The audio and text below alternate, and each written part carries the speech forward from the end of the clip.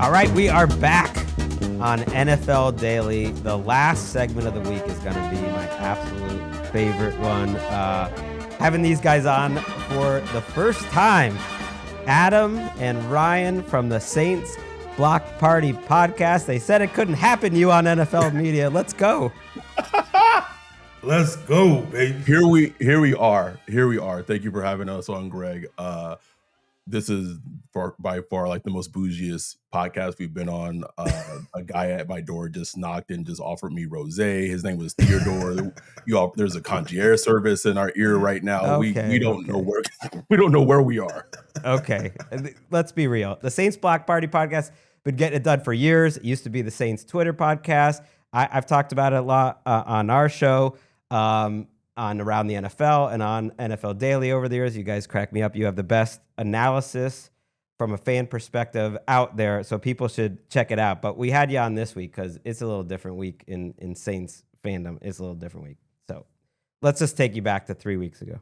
Okay. Mm-hmm. 3 weeks ago, listening to your podcast, I don't know if you were still throwing out the hashtag Fire Dennis Allen that you had going last year, but we weren't too far from that. You guys are predicting like 7-8 wins for the season. You were definitely pretty down on Derek Carr, hashtag the agenda, talking about maybe Spencer Rattler ends up playing this year, and you're excited to see them. And then I'm listening to your recap show, as I do, from the last win over the Cowboys, and I'm hearing the number one offensive line in the league. I'm hearing, can we start talking about Super Bowl? I'll break out my Adam impression here. It's like, can we start talking about the Super Bowl here, Ryan? You know, that's my Adam impression. And I'm like, I got to get these dudes on the podcast because I've never seen a fan base flip so fast into just believing everything. I'll start with you, Ryan. Like, what happened here? And is it almost like apology time here for Dennis Allen and Derek Carr? Hey, it might be. I mean, listen, all we asked from the very beginning was to show me. We heard all the talk. They said all the right things, but we had to see evidence. All we could do is work off the data that we are presented with. And look, first 2 weeks, they've showed us. And Saints fans are just dying for some good football, good, fun football that they can sit there on a Sunday. Greg, you've been in New Orleans. You know how lit the city is when the Saints are winning and having a good time. That's all we wanted, and we're getting it right now. Yeah, what like has surprised you the most? You were the one, Adam, that threw out the number one offensive line in the league. That was where I was like, okay, these guys are going a little crazy. You were at Chili's, like drinking margaritas or something after the game, taping from there, which that's dedication to the podcast. So maybe that's that's getting over our skis a little bit. The number one offensive line in the league after 2 weeks, but like what has you believing? So I think Ryan has said it perfectly that this offense is, the Mike McDaniel's first season in Miami kind of took every defense by surprise. It was kind of, I won't say gimmicky, but the thing that gives us confidence that this could be sustaining for the Saints team is that the offensive line is dominating and winning at the point of attack. If you just take away all the ghost motion, all that things that Clint Kubiak is doing, this team is bullying teams. And Clint Kubiak he knows the weakness of this offensive line. Trevor Penning, you can't ask Trevor Penning, who was maligned for seasons, to just hold up in pass protection time and time again in snap after snap. Fuaga, who's played great at left tackle, he's still a rookie. So he has made it where they don't have to hold up very long in pass protection. He is insinuating their strength of the offensive line. This is a very, very athletic offensive line, and they're in space, they're moving.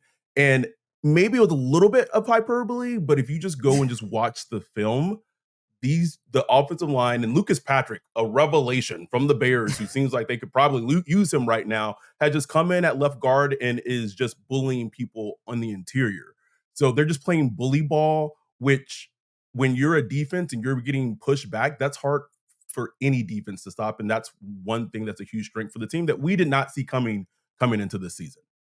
Yeah, but like they're gonna have to drop back and pass and pass protect. Yep. At some point, they can't just do this the whole time. But I'm with you. Like, you look at the strength of the team. Fuaga, people didn't think he was going to be a left tackle. And I know we're talking line right off the bat, but that to me has been the story. And then you got McCoy and Cesar Ruiz. Like, you guys have had your ups and downs. That's why I like listening to your show. It's like I'm getting the inside scoop on the Cesar Ruiz career arc. And you've been pretty down on Cesar Ruiz at some points, but he ends up getting paid, Ryan. And then these dudes are just out there mashing people. And this week you got the Eagles, who haven't been able to stop anyone on the ground. Like, maybe they won't have to drop back and pass this week against the Eagles when you got McCoy and Ruiz just blowing holes open. Yeah, I mean, we'll see. I mean, what the Eagles are allowing, about 6.4 yards per carry. I mean, I would be licking my chops if I'm Clint Kubiak, if I'm the offensive line. But like you say, I mean, this is the NFL, man. We only look at the games, the last 2 games, but things change so quickly. But what gives me confidence with this team has been the execution. Like, it's just hat on a hat blocking and trying to dominate the guy in front of you. Even Chris Olave, Juwan Johnson, those guys are out there blocking their butts off. So that's what gives me confidence. But like you said, they will reach a point at some point. Maybe the defense gives up some points early or something like that, where they're going to have to drop back and pass. They're going to have to see how Derek Carr does, how the offensive line does, how Trevor Penning does when you have to, take a 7-step drop and, hit your target downfield. And it's going to be interesting. I just can't wait to see, because we're learning new things week to week. But you guys think when Derek Carr hit that Michael Jackson move in the end zone, was that the moment you thought, okay, maybe we can go to the Super Bowl? I was at the game. I think for me it was maybe the Shaheed play or the AK screen that like sprung for a touchdown. Because like I was in AT&T Stadium, I'm like, what is even going on right now? Like, it felt like a fever dream.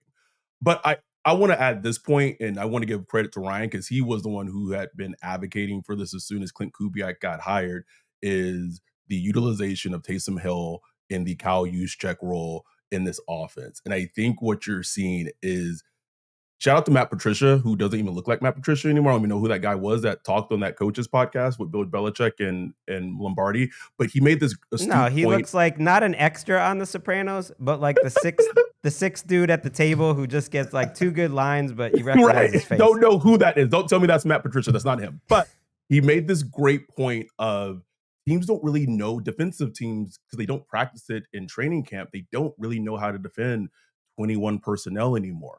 And something that Kubiak is doing is, when Taysom Hill's on the field, I don't know if defenses know what to identify him as, and they don't know what the personnel is. Is it 21? If he's a tight end, is it 12? Is it 21?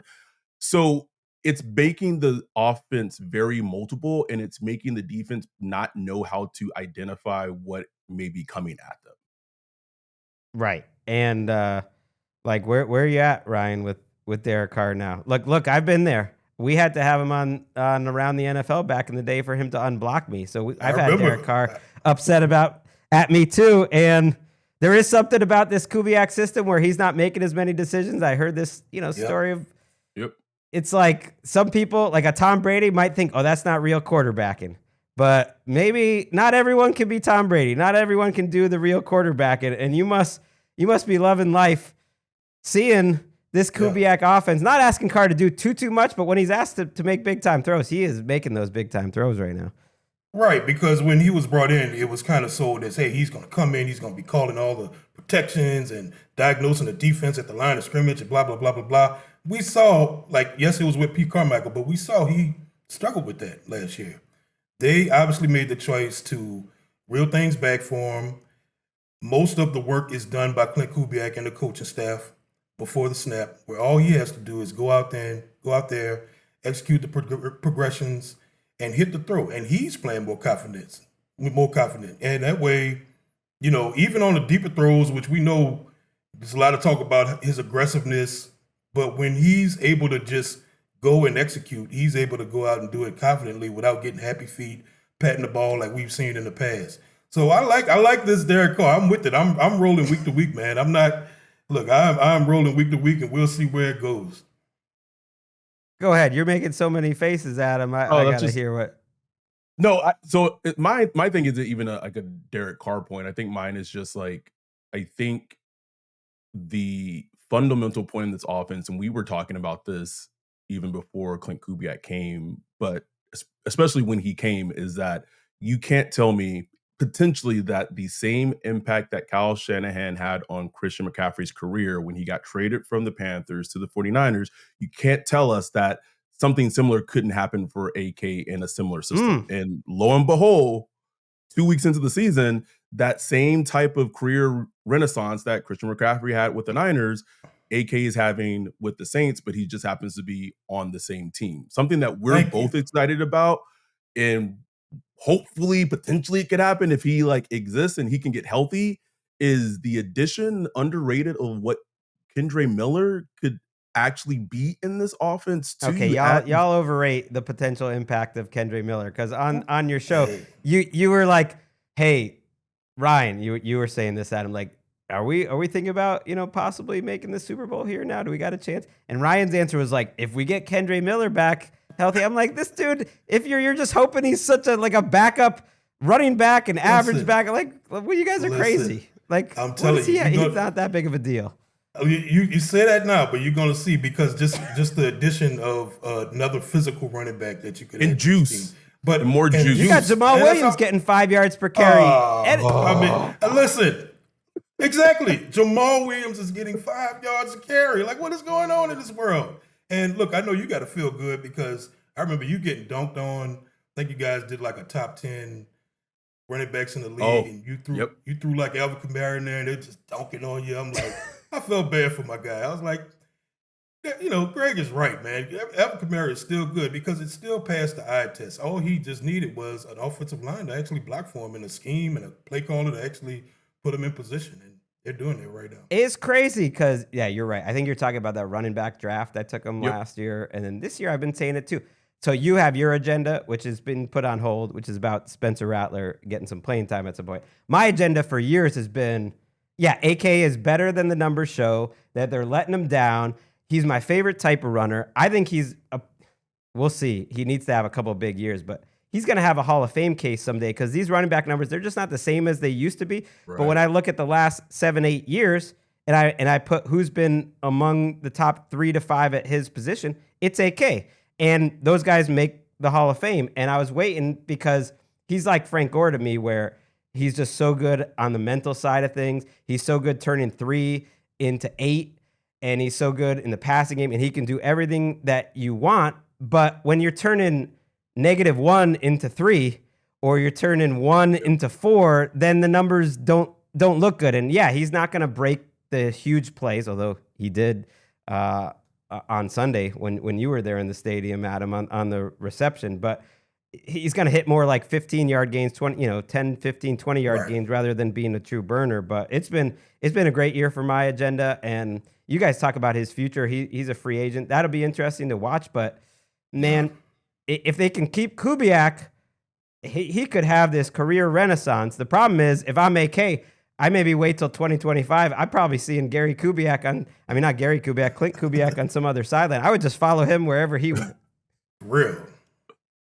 But we're not even thinking about it. We're just thinking about 2024 to see where this takes us, because I was going to say, because this team's so weird, is that, Adam, well, it's too early to even get into that. We're in like mid-September. Right. To even think about like this could be like a 1-year bottle in time, where it's this older team. DeMario Davis is older, Tyrann Mathieu older, obviously, and maybe your coordinator's not going to be there next year. Carr is having this magical year. It's a very much like live in the moment, live in the now type of year. Right. Think about like when Shanahan went to the Falcons. He had those 2 years with the Falcons, went to the Super Bowl his second year. Not saying that's what we're going to do, but I'm just saying it was that 1 year of where everything was working, the offense was great, and then he went on to greater pastures. Might be something like that. We'll see. I think this team right now has really re-emphasized a point that you made way back in the day on the Around the NFL podcast. I think a lot of fans need to kind of heed is that every season, there's only one team that wins the Super Bowl. And sometimes just a exciting season for a team, even if they don't make it all the way, can be so incredibly like rewarding and entertaining, and how to just enjoy that. So I have no idea what the end goal or end game of this team is going to be, but it's just so like surprising out of nowhere that as a fan, just really enjoying and relishing in it. That's it. Well, plus it's good for business. You're gonna have more people like listening in on your live streams Yes. and stuff. Yeah, we Yes. started a podcast like right when the demise of Drew Brees and Sean Payton retiring, and it was some tough times. So we're enjoying this right now.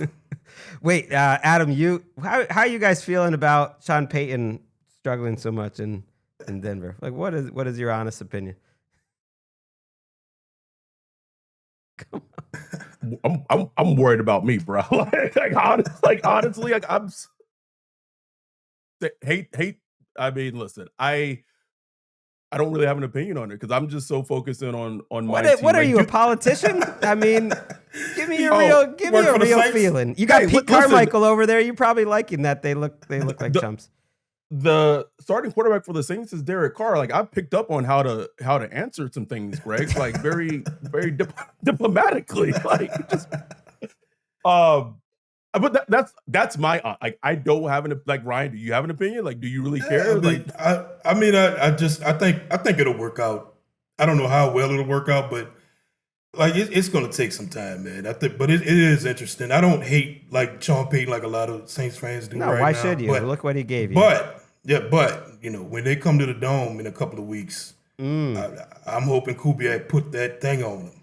That is a fun matchup. Like this Saints, you're always just looking for value adds. Like when you lose a quarterback, like Tua is not going to be in the lineup for a long time. He's on injured reserve. We'll see if he comes back. It's like that's a bummer because you just lose fun from out of my Sundays when I'm watching that Seattle-Miami game Sunday. It's just like, man. And so the best thing that can happen is when you add these surprise teams out of nowhere, and it's like, whoa, Saints-Eagles is now my game I want to watch more than any game on Sunday. It's not just because I like watching the Saints. You were saying, like, I know what it's like for New Orleans to be lit for the Saints. I mean, kind of. I was there, going to every game when it was Aaron Brooks and stuff. They were 8-8, and they were into it. But I did go to the opener the year after they won the Super Bowl, and that was absolutely crazy in New Orleans for a couple of days. That was like a Super Bowl, and that was week 1. It was against the Packers, and that was for days. It was like the Super Bowl. It was like Mardi Gras, and yeah, no team I think is as tight with their fans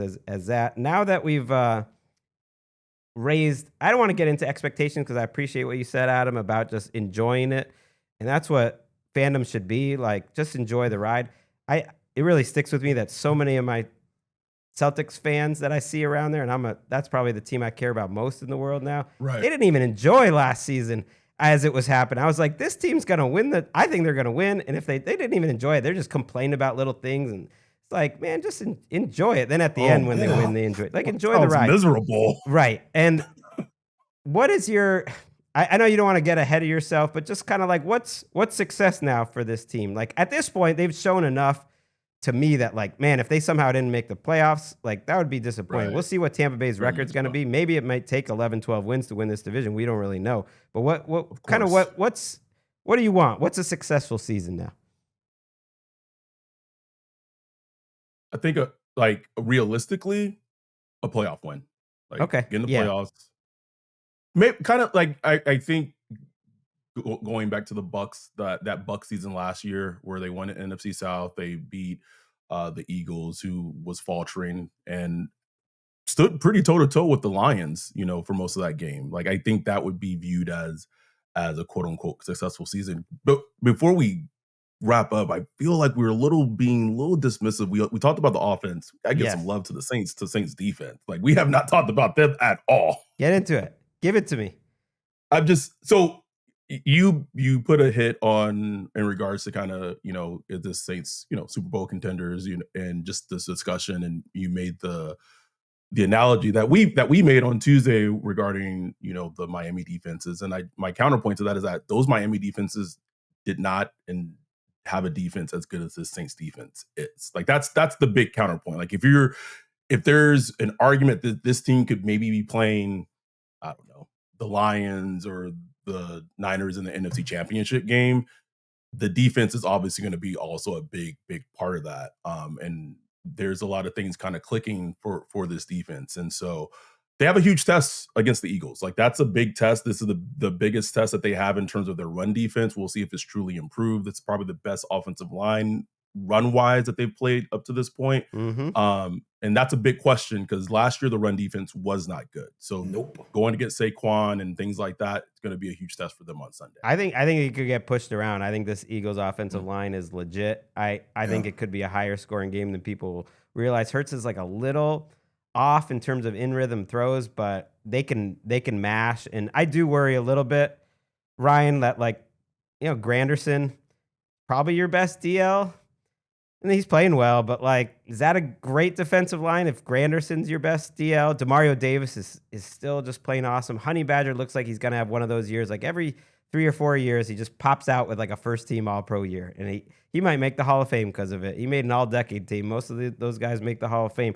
But, yeah, tell the listeners kind of what you think about this defense, maybe who's popping up that's a little bit of a surprise, what they might not know, because you're absolutely right, Adam, to point that out. But I want to hear Ryan, this is a Dennis Allen defense. He's been running this thing for 7 years now. How long has he been running the Saints defense? Yeah, since 2016, and it's been pretty consistently good since 2017. I mean, look, the defensive line had questions going into the season, and I still have questions. Chase Young looks really good. He's getting a lot of pressures. He's physical. He looks different, but you're not getting the sack numbers you want to see from the defensive line as a whole. Cam Jordan, he's playing inside a little more, not playing as many snaps as he used to as he kind of gets towards the end of his career. So I would like to see more, especially with the leads that they've had the past 2 weeks. You would think you would see the defensive line just get a little more ferocious. But it also, you just also see Dennis Allen blitzing a little more. Alante Taylor has been fantastic in the nickel corner spot. Just blitzing, covering, tackling, everything. He came in with a completely different mindset this year. Kool-Aid McKinstry looks good. Paulson Adebo. They have the stacked secondary, and the linebackers have played well too. So, it's going to be interesting, man. But it's really I really want to see this defensive line kind of step up for before I could say, hey, this is a Super Bowl team for real, because they're really going to have to bring it, going forward. This is one of those years, though. The NFC every year is like this to some degree, but the AFC is just a little different with all those quarterbacks, and they're going to get in there, and it's just tough to go through 2 or 3 of those guys. The NFC, it's going to be a tournament, and if you can get a home game, at least for your first game, maybe for 2, you can maybe get through that tournament. It's one game seasons. It's possible looking at the NFC, and you know what's crazy about it, and we'll wrap with this. It kind of justifies if this season ends up being just that one season that's just a lot of fun. And we'll see if it continues. It kind of justifies this whole plan that Mickey Loomis and Dennis Allen have had. This is your theory. Well, because my theory is I think it's absolutely true in NFL buildings. Just let's just get to one more year. Give us one more year of employment, and you never know what's going to happen in that 1 year. So let's sell everything out to get to that one more year, because you never know if we'll finally get out of this.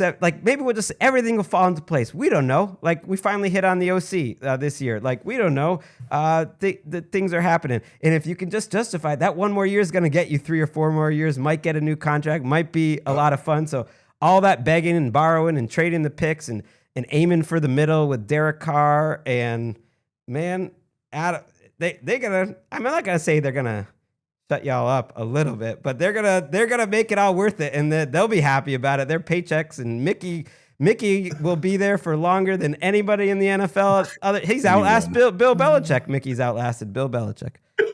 Crazy. You brought this about the AFC, and we're as fans, we're not looking for it, but that Kansas City game, Monday Night Football, in a couple of weeks, it looks so much better now, doesn't it? Whew, my God. And if by whatever chance you have 2 4-0 teams on Monday Night Football, that'll be fun. That'll be fun to see. But truly, thank you for having us on, man. It's an honor, it's a privilege. It's crazy how football can bring people together. I've known you for years. We've been to each other's daughters' birthday parties. We've been to events together where football has like formed actual friendships beyond that has nothing to do with football. Mhm. And it's beautiful how football can do that. So it's crazy that we're even on with you, but it's an honor, it's a privilege, and we truly appreciate it from the bottom of our hearts. No, don't be silly. You guys have been killing it. It's overdue, and yeah, I think Alice has still got that Build-A-Bear in her room somewhere. She's turning 13 this weekend. How about that? Speaking of birthday parties, so What? time A goes teenager, fast. Greg? Because I think we hung out at the beach, and she was like 6 years old back then, or something. It was crazy. I want to know, Greg, can we get you down in New Orleans for the Cash Money Hot Boys reunion? Is that like come officially down. happening? When is It's that? happening. Okay, November 2nd. The tickets are purchased. Come on, man. I'll try. I gotta get we don't go to a lot of games. I wish maybe I'll try to convince the NFL. There's a big Saints game that weekend and sneak my way over to that. That was funny because Falcons. Because I was there. I was there in New Orleans at the absolute peak when Ha came out, when it was all when people thought Mystical was like the second best, was like bigger than Lil Wayne. I was there. It was like it was like being in Liverpool when the Beatles came out. So it was something. It was something else. Appreciate you both, Adam and Ryan. Like I said, check them out if you're watching on YouTube. Check out the hot Saints Block Party merch. I like that. And yeah, they do the best job covering the Saints a couple times a week. They are awesome. And yeah, it's been a fun week on NFL Daily. We will be back Friday afternoon. You might have seen with Cynthia Freeland. I'm doing the picks against the spread every week. That's just a little mini show we're dropping in the feed Friday afternoon. And then we'll be back for our next big show, recapping all the games in week 3, including Saints and Eagles on Sunday night. That'll be with Nick Shook and Patrick Claybon. Until then, for Adam, for Ryan, for Dave Damashek. Yeah, it was a thin slice of heaven today. Football is absolutely back. See you next time.